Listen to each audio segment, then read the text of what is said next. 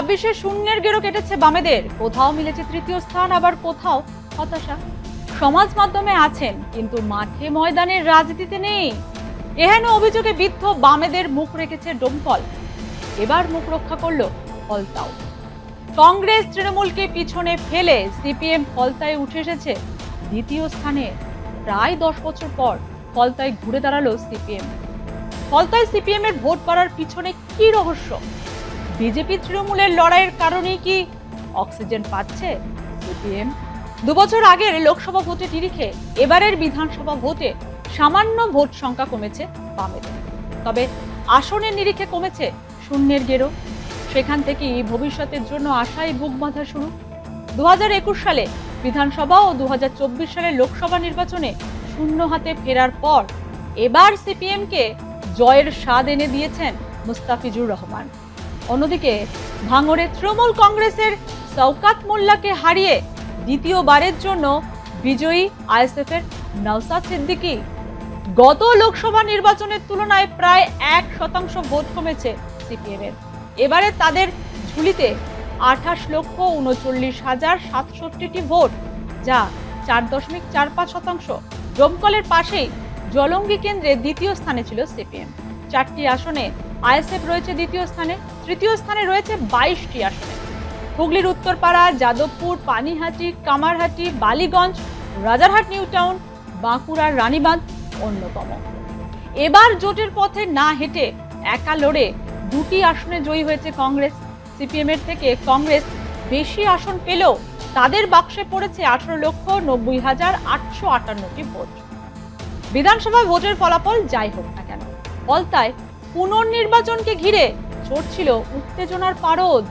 এই লড়াইয়ে জড়িয়েছিল বাংলার আগামী দিনের রাজনৈতিক সমীকরণ। বিজেপির কাছে এটা 208-এর মনস্তাত্ত্বিক লড়াই, আর বাম কংগ্রেস আইএসএফ এর কাছে নিজেদের নতুন করে প্রাসঙ্গিক প্রমাণ করার মঞ্চ এটা।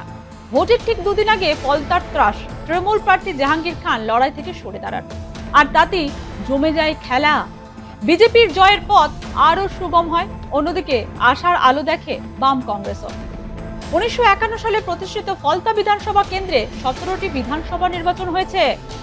এই কেন্দ্রে সিপিআইএম 8 বার জয় পেয়েছে, আর অবিভক্ত সিপিআই প্রথম নির্বাচনে অর্থাৎ 1952 সালে জয়লাভ করেছিল।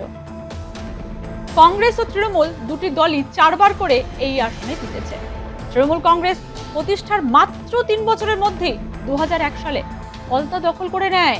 সেই বছর সিপিআইএম কে মাত্র 2138 ভোটের ব্যবধানে হারিয়ে জয় পায় তৃণমূল। তবে 2006 সালে পাল্টা লড়াই সিপিআইএম 1754 ভোটের ব্যবধানে আসনটি পুনরুদ্ধার করে।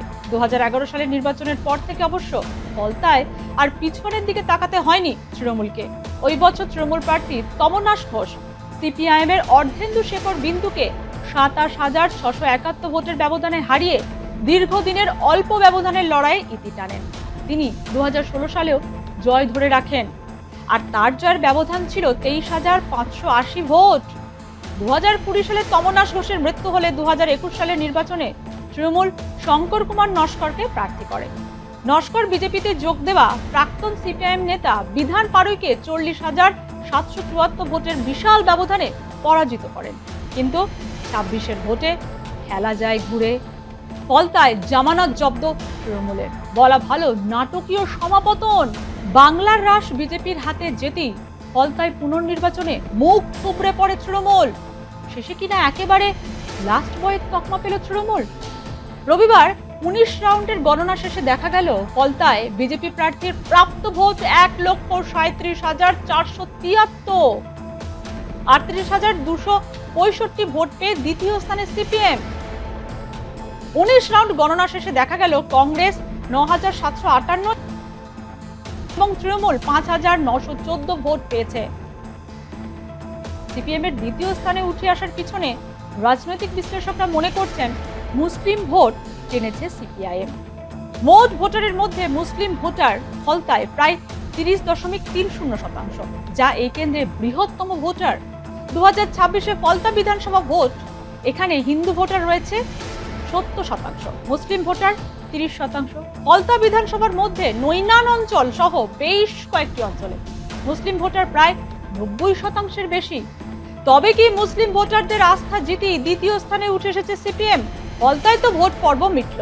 বাংলায় এখনো পর্যন্ত যে আসনগুলির দিকে তাকিয়ে রাজনৈতিক দলগুলি তা হলো মুখ্যমন্ত্রী শুভেন্দু অধিকারীর ছেড়ে যাওয়া নন্দীগ্রাম ও হুমায়ুন কবিরের ছেড়ে যাওয়া রেজিনগর। আসন দুটিতে উপনির্বাচন হবে। এই দুটি আসনে কেমন ফল করে বামেরা তা নিয়েও চলছে আলোচনা।